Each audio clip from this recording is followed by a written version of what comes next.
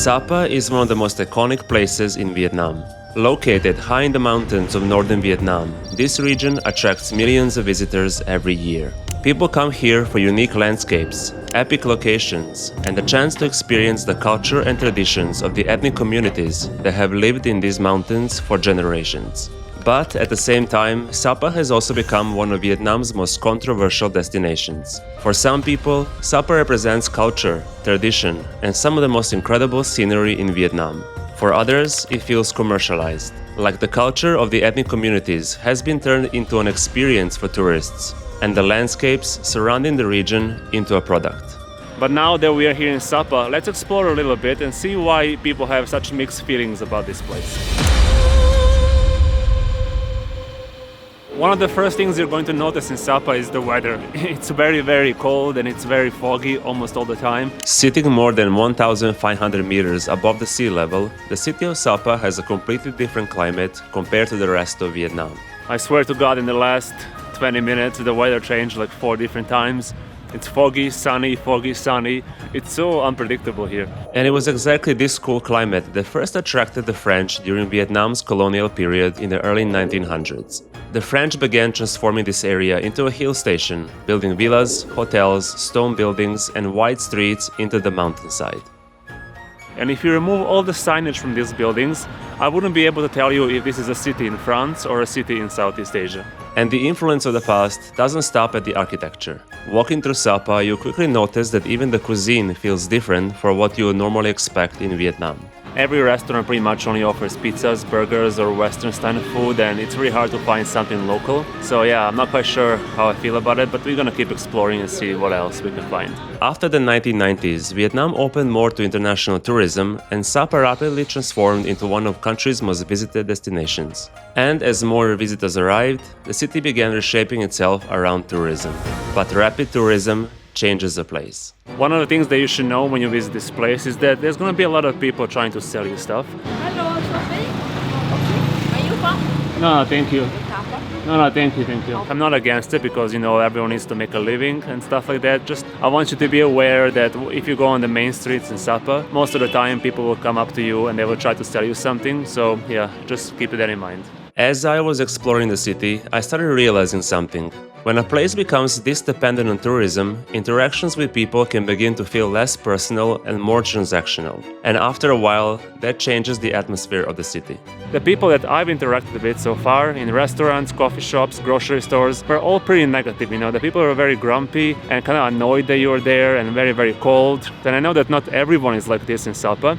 But just like, my first day, my first impression was kind of negative when it comes to people. Before coming here, I had already heard people saying that the city feels cold, overly commercialized, and built almost entirely around tourism. And after experiencing it for myself, I started to understand why. That's what makes Sapa so controversial to so many people. Because beneath the incredible scenery and beautiful mountain views, there is also this feeling that tourism has completely taken over the identity of the city itself. But I feel like that's only part of the controversy, because the real controversy starts with the areas outside of Sapa, especially the ethnic villages and other activities you can do around Sapa. We're gonna go visit some of these villages to see what they're all about, what they have to offer, and to see why some people don't like them. Like in most countries in Southeast Asia, the best way to explore is by renting a bike. Oh my god, it's so... I never understand the point of these really small helmets. Like, how is this supposed to protect me? Our first stop of the day is going to be Cat Village, by far the most famous village in the entire Sapa region. So the dominant ethnic group in this village is called Black Hmong. They migrated from China centuries ago and they settled on the high terrain here in Vietnam, comparing to the other ethnic group called Zai, which settled on the low terrain close to the rivers. And that's why Zai are known for cultivating the rice fields, because they live so close to the river. And Black Hmong, they usually deal with livestock and agriculture that's suited for the high terrain. The walk to the village will take around 20 minutes, and you will pass many shopping stalls where they sell traditional clothing of the Black Hmong and other handmade items. Okay, so we can finally see the village. It's all the way there in the background, so let's just go there straight away. Cat Village dates back to the 19th century, when Black Hmong families first settled in this valley. The name Black Hmong comes from the black and indigo color of their traditional clothing.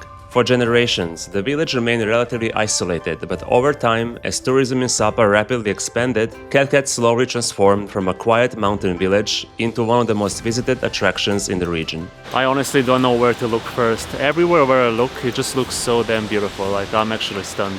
How do you guys feel about this, huh? It must be traumatizing for you. Today, the village is designed almost like an open-air cultural destination. As you walk through it, you'll find traditional wooden houses, waterfalls, cultural performances, and countless photo spots built right into the landscape. And for many visitors, Katkat becomes their first glimpse into the culture and lifestyle of the local community.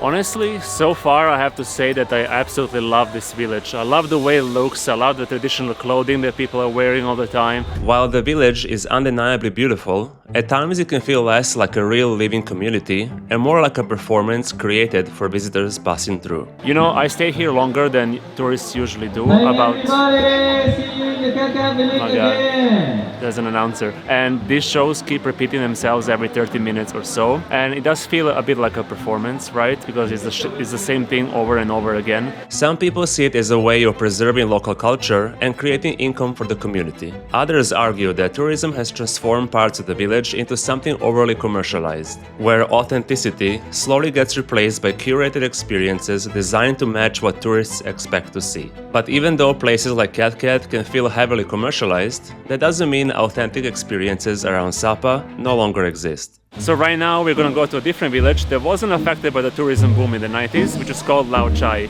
So let's go back to our bike. But as I made my way back to the bike and started driving towards the Lao Chai village, the series of misfortunate events started. The brakes on this bike are simply not working. I've been trying to use the rear brake this whole time, it doesn't work properly, so let's see how that's gonna go. Driving in Sapa is mainly on windy mountain roads, and also it started to rain, which made things even more difficult. Shit, my brakes literally don't work. I have to be so careful driving here, I can't see shit.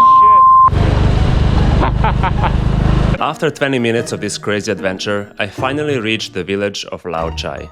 Welcome to the beautiful Lao Chai. I cannot see it's a complete whiteout. As I said before, the weather in Sapa changes all the time, so we're gonna wait as many days as we need to, and then we're gonna be back at this location. So it's been 2 days, and I think this is the best that we're gonna get when it comes to the weather. So we're gonna follow this mountain road all the way down to the village. Lao Chai village is one of the oldest and most well-known villages in the region. Surrounded by mountains and rice terraces, the area has been home to local communities for generations. From the moment I step foot into this village, it feels so different compared to Katkat. It feels more authentic. The daily life does not revolve around tourism as it does in the Katkat. While Katkat has become one of the biggest tourist attractions in the region, places like Lao Chai give visitors a much more natural glimpse into how people in these mountain communities actually live. The two dominant groups that live in this village are Black Hmong and Zai. Black Hmong are the same ones as in Katkat village, and they have this really cool dark and dark indigo clothing. Now Zai are the second group, and they don't have any distinct clothing, but they're the ones that originally built villages around rivers and lowlands, like you can see behind me. So Black Hmong in Katkat, for example, they mainly dealt with livestock, and here Zai mainly dealt with the wet rice farming. When it comes to which village you should visit if you only have time for one, the answer is not straightforward. Just keep in mind that Katkat is a bit more flashy, it's more made towards tourism. You can see the traditional dances and clothing. You're not gonna find any of that in Lao Chai, and it's as real as it gets. You're gonna see how these people, Black Hmong and Zai, actually live day to day. But for me personally, I really prefer Lao Chai for that authentic experience, and I could not be happier that I actually came here. So far in this video, I have focused on the city of Sapa and its surrounding villages and some of the controversies regarding those places. But Sapa is also known for its breathtaking scenery and dramatic landscapes, and that's what I want to focus on for the rest of this video. I want to go and see what those places are actually like and if there are any controversies regarding those places. Sapa is surrounded by some of the most incredible landscapes anywhere in Vietnam. From the winding roads of Oc Quy Ho Pass to the massive mountain valleys stretching across the region. But no place here is more iconic than Mount Fansipan. Known as the Roof of Indochina, Fansipan is the highest mountain in Vietnam, rising more than 3,100 meters above sea level. So there's two ways you can get to the Fansipan Mountain.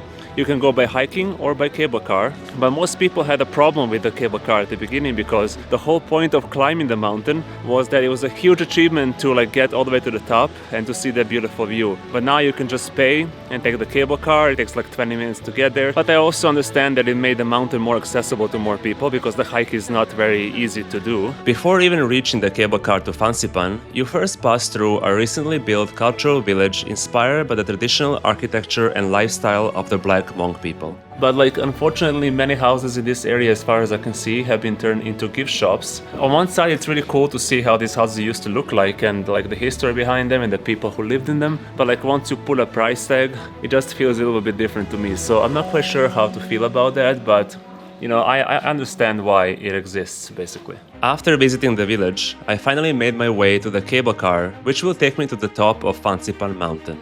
Opened in 2016, the cable car quickly became world famous after breaking 2 Guinness World Records for being the world's highest non-stop 3-rope cable car and for having the greatest elevation difference of any cable car in the world at the time. The ride takes about 20 minutes and you can definitely feel the difference once you reach the top. It does feel a little bit harder to breathe because of the elevation. It's not too bad, but I can definitely feel it. But now we're gonna go to that temple complex over there. Before reaching the actual summit of Fansipan, you first pass through this huge temple complex built right into the mountain. The area is filled with pagodas, Buddha statues, and different spiritual sites that were added as part of the modern Fansipan development project. Remember how I said that the cable car made this mountain more accessible to people? Well, the consequence is that there's thousands of people now at the summit. After passing through the temple complex, there is still around another kilometer of stairs and pathways before reaching the actual summit of Fansipan. But the higher you go, the more unreal the scenery becomes. You can see endlessly across the mountain ranges, stretching toward the border regions between Vietnam and China. Standing at more than 3,100 meters above sea level, the summit of Fansipan feels like being on top of the entire region. And honestly, it's some of the most dramatic scenery you'll see anywhere in Vietnam. I think it's really nice how it's super sunny over here and everything, but you can still see the fog coming over the mountains. It just looks so stunning. Even though there's a lot of controversy regarding Fansipan, from turning the mountain experience into a product to making it accessible to everyone, which leads to hundreds of people arriving at the summit every hour, the experience honestly feels incredible. And now I understand why this place is so popular in Sapa. If you have 1 or 2 days in Sapa, I highly recommend doing this activity. You're not going to regret it. Just check the weather forecast beforehand because it's foggy most of the time. But if you plan it right, like I did today, you will get those clear, sunny views. Now that my time in Sapa was coming to an end, it was time to go back to the city and offer my final thoughts. So after spending some time in Sapa, I can understand why this region divides people so much. I wasn't a huge fan of this city when I first came here. Some experiences can feel curated and put just for show, like in Keket village, for example. But at the same time, I had a really good time here. I found Keket village and Lao Chai to be an amazing experiences. Views from Fansipan and Heaven's Gate was some of the best I've ever had in my whole life. But I hope that this video gave you some clarity about what you can expect from this region. And if you do decide to visit, I hope that you're gonna have a good time like I did. So thank you so much for watching this video, and I'll see you in the next one.